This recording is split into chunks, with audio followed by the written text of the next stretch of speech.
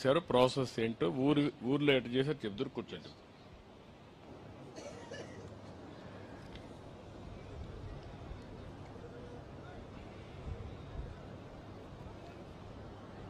అందరికీ నమస్కారాలు.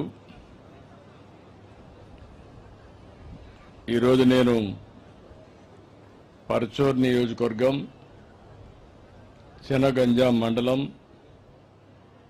కొత్తపల్లి గ్రామానికి వచ్చాను.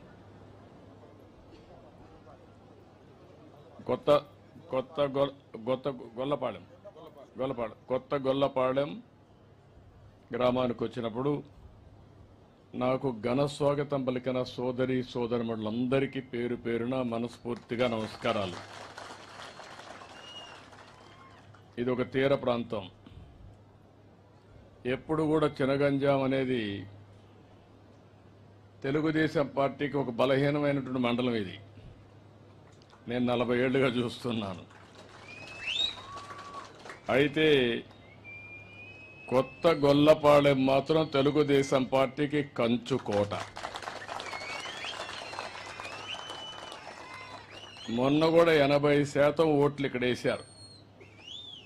మొట్టమొదటిసారిగా ఈ మండలంలో కూడా మెజారిటీ 5,000 ఓట్లు వచ్చాయి. అంటే గాలి మారతా ఉంది. అందుకే మొన్న మీరు చూసినప్పుడు ఈ రాష్ట్రంలో జరిగిన అరాచకాలను అరికట్టడానికి ఆ రోజు జనసేన అధినేత పవన్ కళ్యాణ్ గారి మిత్రులు, నేను, బీజేపీ ముగ్గురం కలిసి పోటీ చేశాం.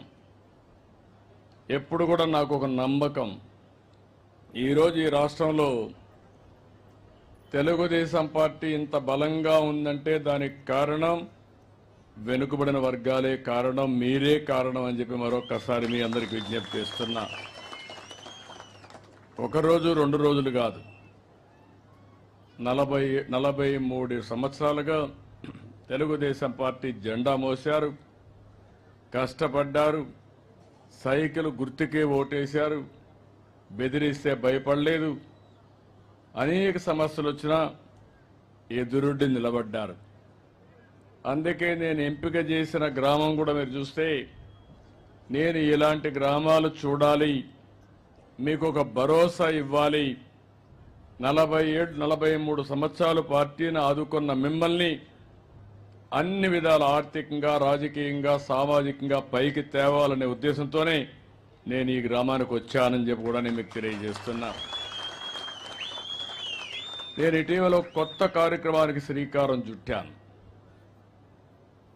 నెల వస్తే, మొదటి తారీఖు వస్తే ఆఫీసర్లు కానీ, రాజకీయ నాయకులు కానీ అందరం కూడా మొదటి తారీఖు వచ్చిందనుకుంటాం, జీతాలు తీసుకుంటారు, హ్యాపీగా ఉంటారు.